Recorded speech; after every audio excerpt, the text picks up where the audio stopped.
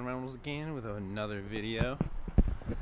On today's episode, I've got a nice little box here of goods, and as you can see, I will be doing some coilovers on the Audi.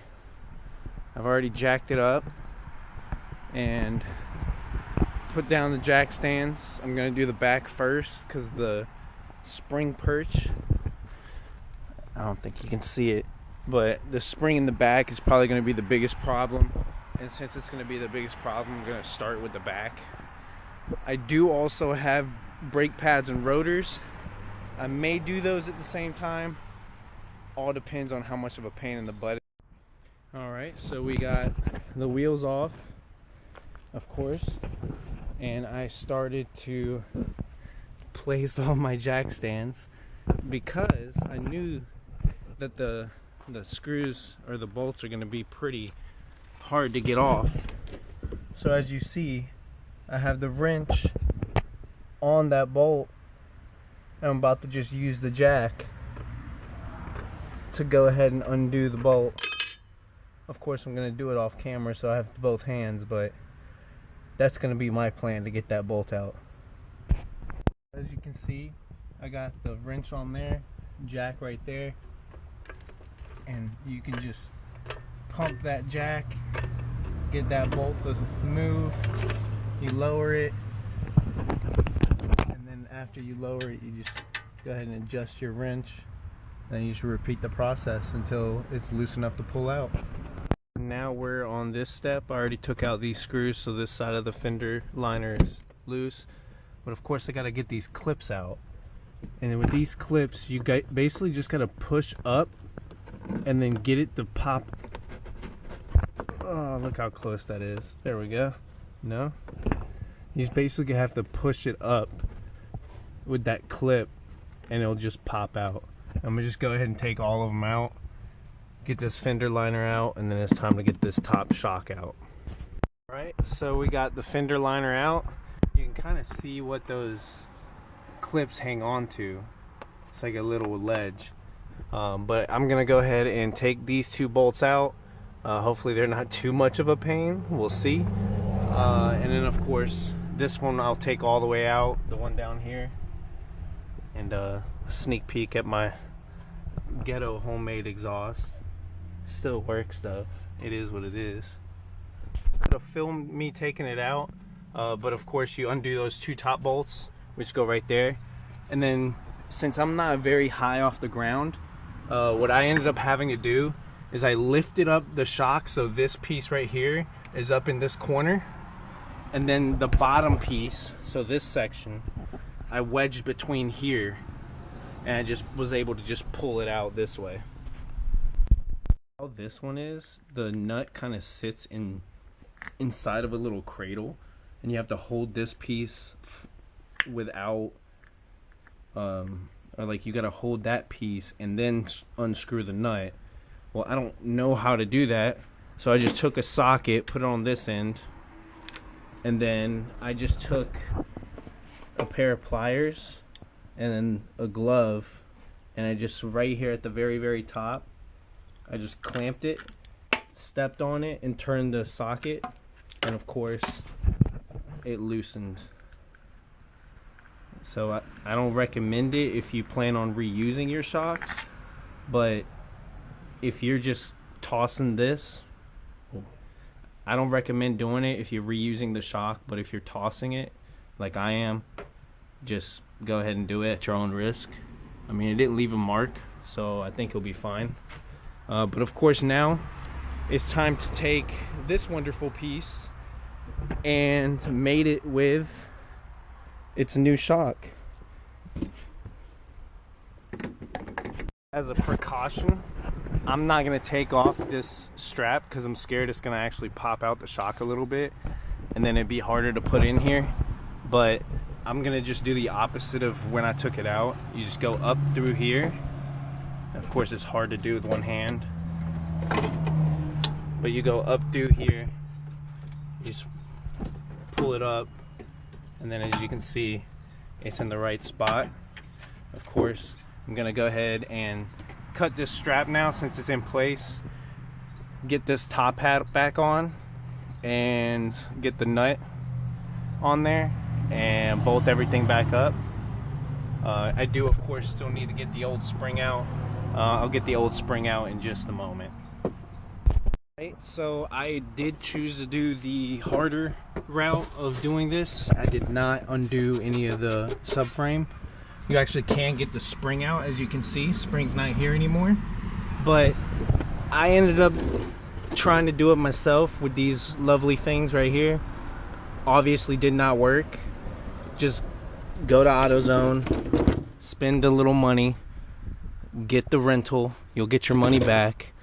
This made a life difference right here, just buying these.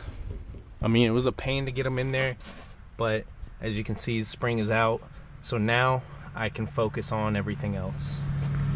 So we have the spring officially in here, and the strut is mounted, and of course I will be doing the brake pads and rotors. I'm just going to go ahead and do the other side first, the other side suspension, and then depending on how long that takes, I'll probably go ahead and start on the brakes. But I do still have to do the front, so I might do the front suspension first also, and just replace the fender liner and basically get it to how it needs to be, so I can just wrap this up. As you can see, I've got both sides in now, and I'm getting ready to jack up the middle. As soon as I jack up this, I will be able to take out the jack stands, and we'll do a first look at the slightly lowered Audi. Alright, so we are going to lower the car and get a first look at how it looks.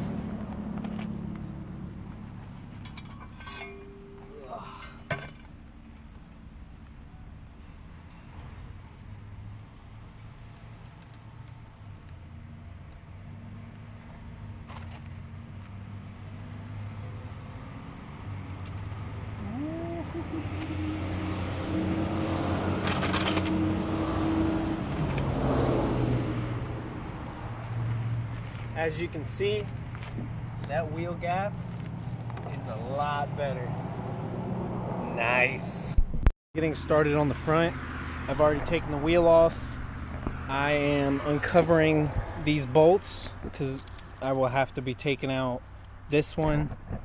There's another one down right here, one here, and one right here. And of course, that's gonna drop this whole entire cradle. And once that, I'm gonna undo these bolts, undo this bolt, and then the cradle and the shock should come out.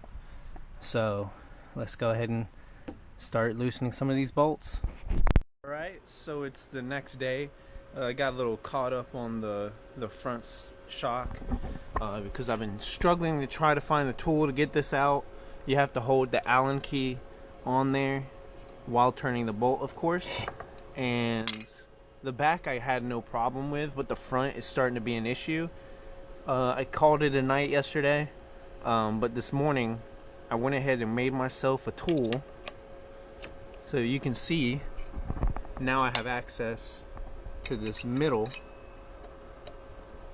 and since I have access to that middle now, I'm actually able to go ahead and tighten it or loosen it.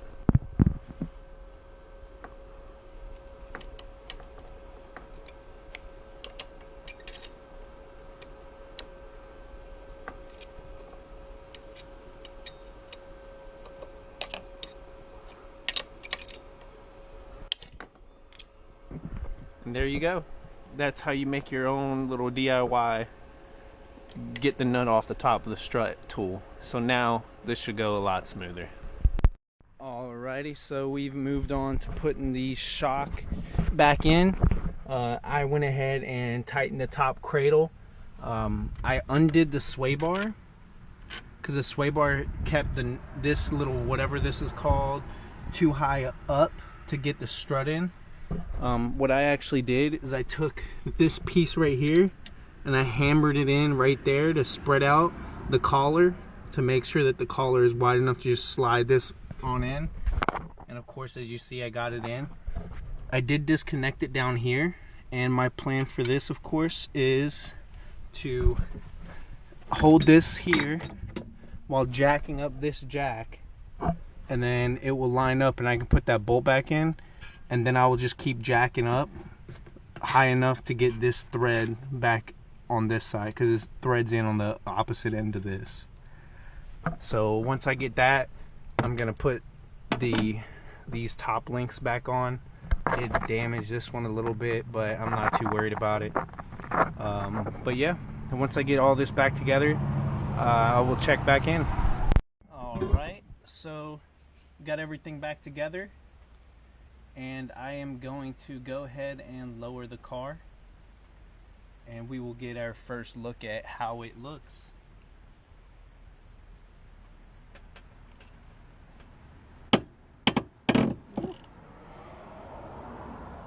Alright, so does not look much different. So we might have to jack it back up and of course lower it a little more just so it fits the back.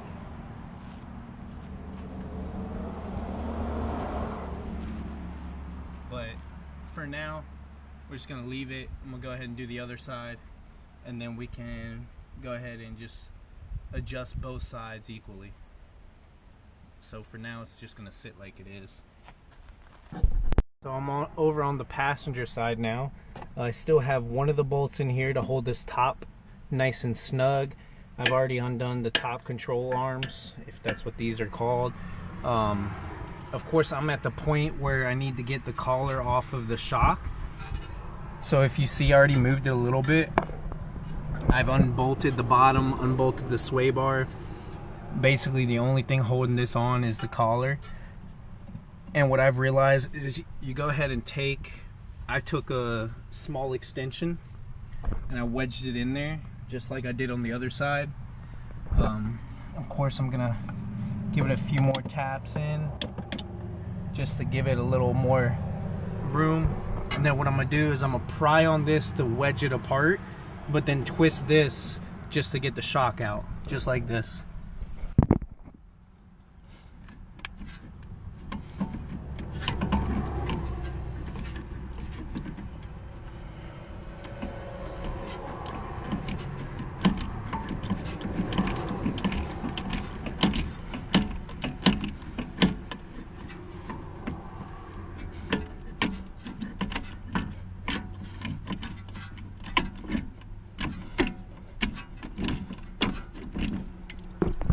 Alright, so as you can see, I've bottomed out now.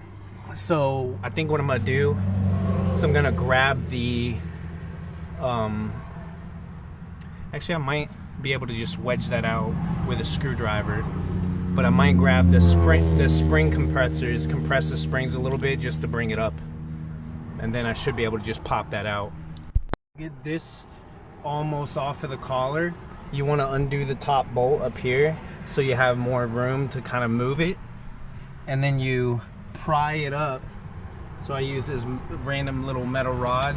I just pried it up out of the little housing, and now I should be able to just, there we go, remove whatever this bottom strut piece.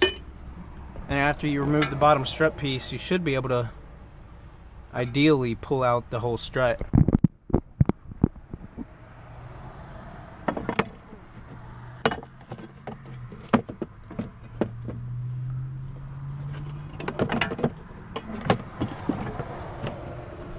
Oh boy. Well, there we go. Boom. Alright, and I'm gonna go ahead and carry this over to my little work area, get off this nut, switch it, pop it back in, and we should be good to go. So I've gotten the bolts back in at the top cradle. The shock is in here now. I fished in this little knuckle, whatever the heck this piece is. I've hammered in my little spacer. And now I should be able to just go ahead and wiggle that thing in there.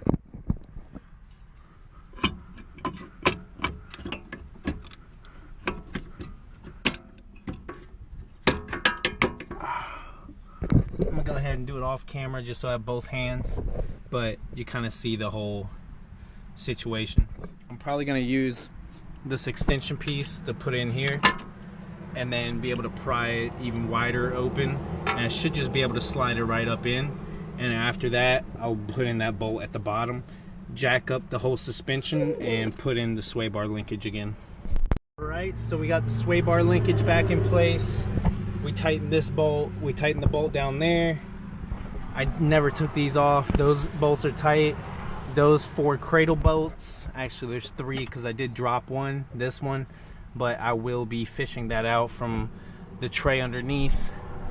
But at this point, we just pop the wheel back on, and then I will lower the car, kind of look where it sits.